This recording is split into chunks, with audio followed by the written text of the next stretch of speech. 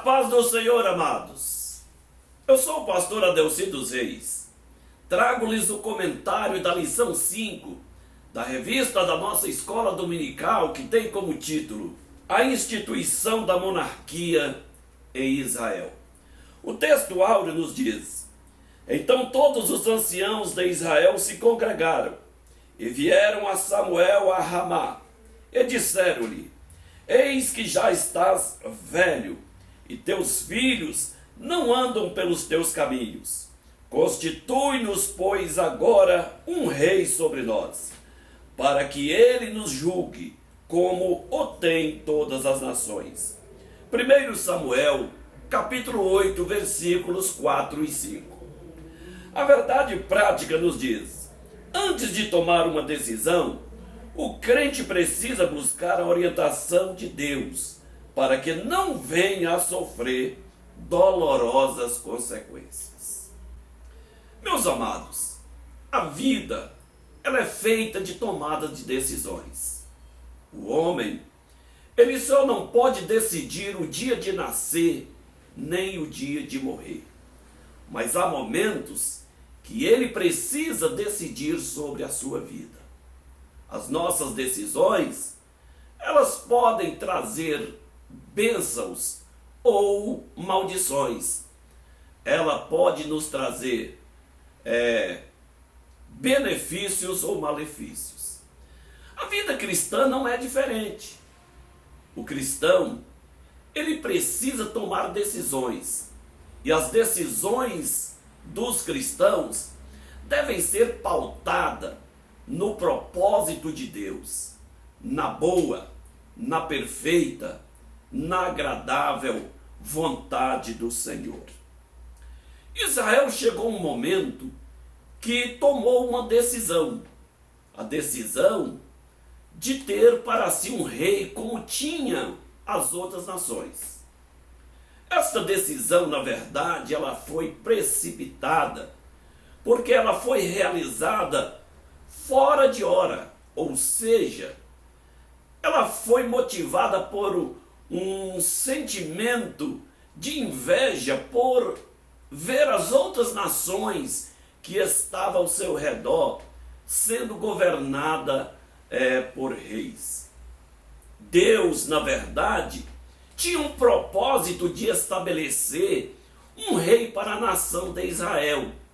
Nós podemos ver isto no livro de Deuteronômio, no capítulo de número 17, os versículos 14 e 15. Mas o propósito de Deus deveria ser realizado dentro de um plano divino, porque dentro do propósito de Deus, Deus estabeleceria o rei na hora certa. Portanto, a tomada de decisão precipitada de toda a nação de Israel trouxe graves consequências para toda a nação. No tópico primeiro, nos diz: por que a monarquia? Ponto 1. Um sentimento de orgulho nacional. Veja, desde que Israel saiu do Egito, Israel se deteve em muitos momentos em desobediência. A desobediência, ela é a raiz de todo o pecado. É a fonte de todo o mal que existe no mundo. E nós sabemos que a desobediência, ela traz muito sofrimento humano. Israel só buscava Deus em tempo de adversidade, em tempos de crises. Mas nós sabemos que Deus, ele constituiu Israel para ser o referencial, o centro de todas as nações. Mas Israel se enveredou pelos caminhos do pecado e precipitadamente eles pediram para si um rei, assim como tinha todas as outras nações. O orgulho nacional levou a Israel a exigir um rei antes da hora. E este sentimento nacionalista levava Israel a mudar a administração divina, o governo teocrático, para estabelecer a monarquia em Israel. E a monarquia era apenas um modelo humano, um modelo terreno. E quando o povo ele pediu para si um rei, o povo não estava rejeitando apenas Samuel, estava rejeitando o próprio Deus.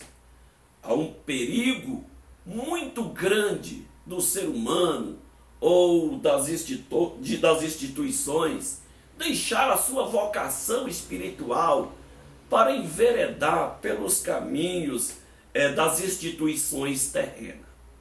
A igreja, ela tem um modelo espiritual. E neste modelo espiritual é Deus que estabelece o seu governo. Porque Jesus, quando ele foi interrogado por Pilatos, ele afirmou para Pilatos: o meu reino não é deste mundo. Se o meu reino fosse deste mundo, os meus servos lutariam para que eu não fosse entregue aos judeus. Portanto, meus amados, nós precisamos compreender que todas as nossas decisões, elas precisam ser pautadas no propósito divino. No ponto de número 2, está escrito: o fracasso dos filhos de Samuel. Samuel ele já estava velho, os anciãos procuraram Samuel e disseram para Samuel: os seus filhos não andam nos teus caminhos. Samuel, ele tinha constituído seus filhos como juízes, mas eles não estavam seguindo os passos do seu pai. Eles pervertiam o direito, aceitavam suborno e ia pelo caminho da avareza. Isso trouxe tristeza para Samuel, e quando os anciãos pediram o rei, ele sabia que toda aquela situação que envolvia os seus filhos era verdade. Nós sabemos que não existe nenhum problema em o filho ocupar o lugar do pai na vida eclesiástica, mas isso tem que ser feito com muito cuidado. Temos que observar a vocação, a chamada e também a aprovação da igreja. Caso contrário, haverá muitas dores e sofrimento durante o ministério do filho. Também haverá tristezas e angústia para o pai que o nomeou. No ponto de número 3 está escrito: rejeitando os planos de Deus.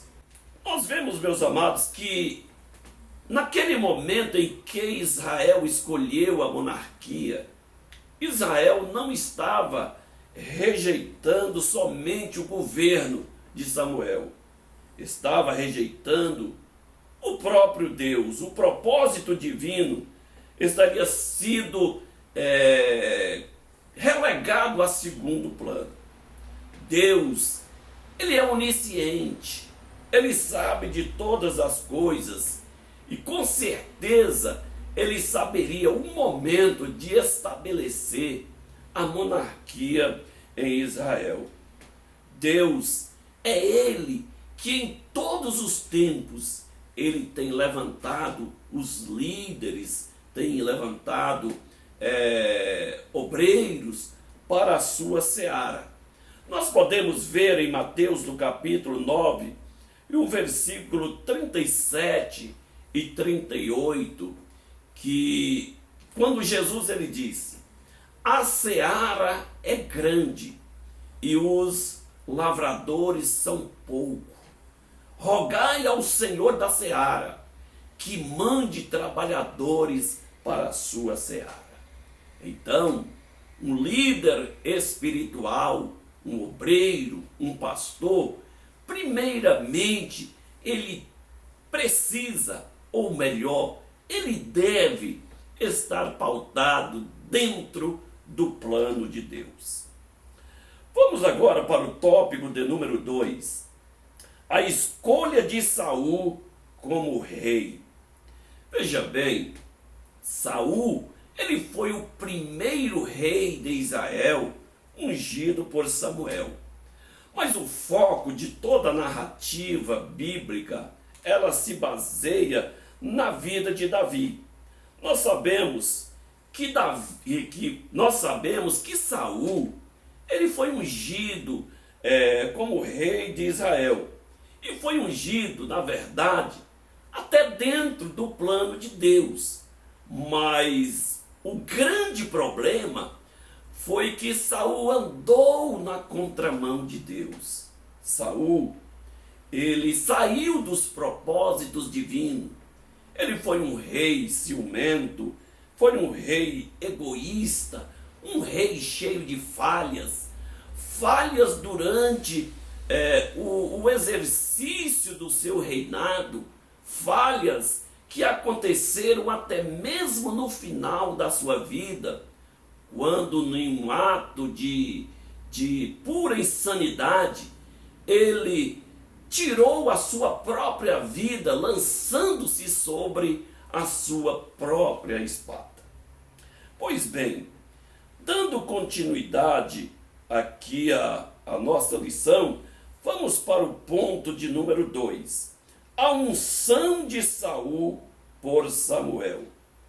Nós podemos ver alguns detalhes que aconteceram na unção de Saul por Samuel. Primeiramente, Samuel o beijou. Isto é um sinal de afeição, de simpatia por parte de Samuel. Nós vemos também que foi feita a unção com o azeite. A unção de azeite era uma representação do poder do Espírito Santo no Antigo Testamento. E nós sabemos que todos aqueles que são separados para a obra, eles precisam ou devem ser cheios do Espírito Santo. Caso contrário, eles não estarão aptos espiritualmente para o exercício do cargo. Hoje, não usamos mais esse mecanismo da unção com óleo, porque hoje, na nova aliança, com o derramar do Espírito, usa a imposição de mãos. E isto representa uma transferência de poder de Deus na vida daquele novo obreiro. No ponto de número 3, os sinais de confirmação da unção. Veja bem, antes de Saul exercer o mandato, governar Israel, Samuel ele relatou a Saul que ele teria 3 sinais. E estes sinais confirmariam a unção de Saul como o novo rei de Israel. Que sinais seriam esses? Primeiro, ele chegaria no sepulcro de Raquel em Zelza, encontraria 2 homens que diriam para Saul que as jumentas que ele procuravam foram encontradas. Primeiro sinal, encontrou as jumentas. O segundo sinal, quando ele chegasse no carvalho de Tabor, ele encontraria 3 homens que subiam para Betel para adorar. E aqueles homens, um tinha 3 cabritos, o outro tinha 3 bolos e o terceiro um odre de vinho. Saul receberia 2 bolos da mão daqueles homens. E este sinal se cumpriu integralmente. O terceiro sinal, quando ele chegasse em Gibeá Elohim, na entrada da cidade, ele encontraria um grupo de profetas que vinham profetizando.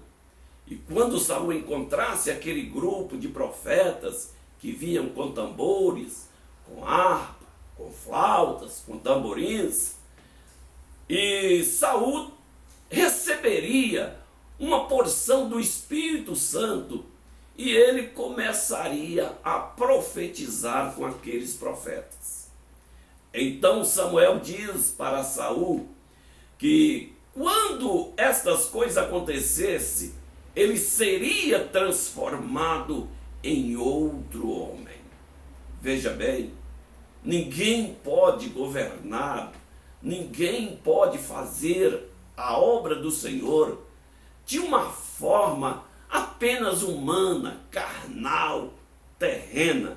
É necessário que o homem receba uma porção do Espírito, é necessário que o seu caráter espiritual seja realmente moldado dentro de um plano divino. E foi neste sentido que Samuel ele disse para Saul: quando estas coisas acontecerem, faz o que te vier à mão para fazer, porque o Senhor é contigo. Pois bem, meus amados, vamos agora para o terceiro tópico para encerrarmos a nossa lição. Nos diz o terceiro tópico: o rei que o povo escolheu. Veja bem, Saul ele rejeitou a palavra do Senhor.